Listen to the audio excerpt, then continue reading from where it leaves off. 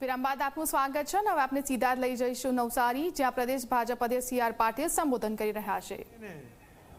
આ વખતે તમને ખબર છે કે એક મત કોઈને 69% થયું, કોઈને 69% 5 પોઈન્ટ થયું અને જરાક માટે રહી ગયો. કેટલા મત જોઈતા હતા? 1-2 મતની જરૂર હતી, પણ એ નહીં થઈ શક્યા, એના કારણે રહી ગયા. આ વખતે કોઈ કચાશ નહીં થાય. પહેલાંથી પ્લાનિંગ કરો કે ગયા વખતે તમારું કેટલું મતદાન થયેલું. ગામમાં બધાને ખબર હશે કે ગયા વખતે કોનું મતદાન બાકી રહી ગયું હતું. આ વખતે પહેલાંથી જેણે કર્યું એમને પણ મળી લો, અને જે નહોતા કર્યા એમને પણ મળી લો. આ વખતે મતદાન પૂરેપૂરું થઈ જવું જોઈએ. થઈ જશે. આ મોદી સાહેબે નવસારીને કેટલું બધું આપ્યું છે. તમને અહીંયા PM મિત્રા પાર્ક આપ્યો છે. નવસારી લોકસભામાંથી, એ પણ નવસારી જિલ્લામાંથી લગભગ ઘણા બધા યુવાનો કામ કરવા માટે સુરત જાય, વલસાડ જાય, વાપી જાય. હવે આ ગામના યુવાનોએ બહાર કામ માટે જવું નહીં પડશે. PM મિત્રા પાર્કમાં લગભગ 70,000 લોકોને કામ મળશે. આ મોદી સાહેબની દેન છે. મોદી સાહેબે દાંડી, આપણા અહીંયા ઐતિહાસિક સ્થળ છે, એ દાંડીને વિકસાવીને આપણે અહીંયા ફરી શકીએ, એ પ્રકારના લોકો પર્યટનમાં આવી શકે. રોજ 5,000 લોકો આવતા હતા. શનિવાર રવિવારે 25,000 લોકો આવતા હતા. વચ્ચે ત્યાં રોડનું કામ ચાલુ થયું, બ્રિજનું કામ ચાલુ થયું, થોડી સંખ્યા ઘટી. હવે આપણે બધાએ, આપણો ઐતિહાસિક સ્થળ છે દાંડી, આપણે જ નક્કી કરવું જોઈએ કે આપણે દર રવિવારે જો પત્ની સાથે, બાળકો સાથે ફરવા જઈએ તો દાંડી જઈએ. તમે એને ડેવલપ કરશો, લોકોને પર્યટનમાં આવવાનું મન થશે. એના કારણે કેટલા બધા યુવાનોને રોજગારી મળશે.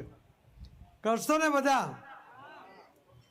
મિત્રો, હું તો તમને ખાસ જે કહેવા આવ્યો છું, એ મારી વાત તો ફક્ત 10 મિનિટની છે. મિત્રો, કહી દઉં ને, બૂથ પ્રમુખો બધા હાજર છે, બધા તૈયાર છે. ખાલી બૂથ પ્રમુખો તાળી પાડો, જો ખબર પડી જાય. હવે બૂથ પ્રમુખોને શક્તિ કેન્દ્રવાળા સાથે પાડો. હવે બૂથ પ્રમુખો, શક્તિ કેન્દ્ર અને પ્રભારીઓ સાથે તાળી પાડો. આ તો ધીમું ધીમું ઓછું થતું જાય છે.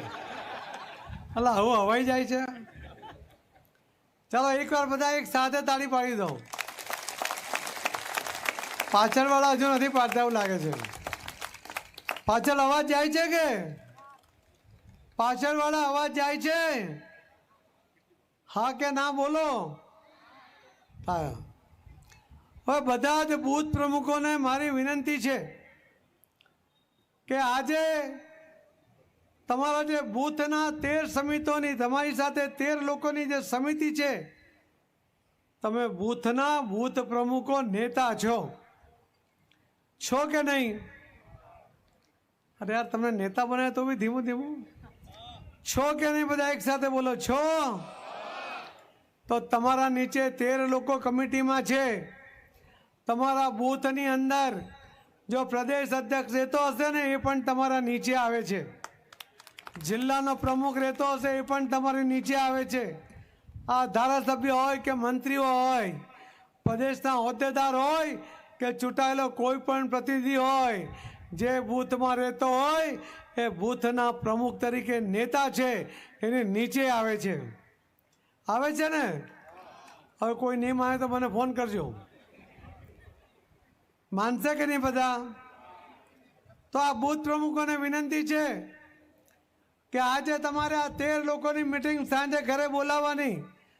આજે ગયા પછી અહીંયાથી જમીને જાઓ, પછી સાંજે મિટિંગ બોલાવજો. આ 13 તમારે ઘરે બોલાવશો?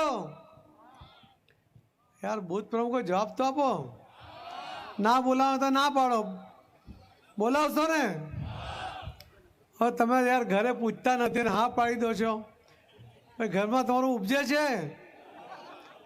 ઘરવાળી ના પાડે કે આ હું માંડ્યું છે, કે ખખડાવી નાખશે તો તમારું ઉપજે છે ઘરમાં?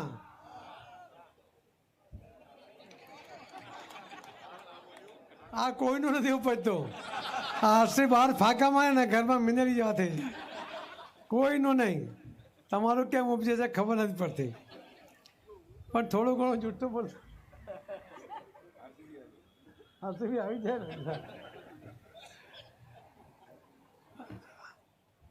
તમારી પત્ની એ બેન જો કદાચ ના પાડે તો તમે એને કહેજો કે ગાંડી, હું તો નરેન્દ્ર મોદી સાહેબને ત્રીજી વાર પ્રધાનમંત્રી બનાવવા માટેની આ મિટિંગ કરું છું.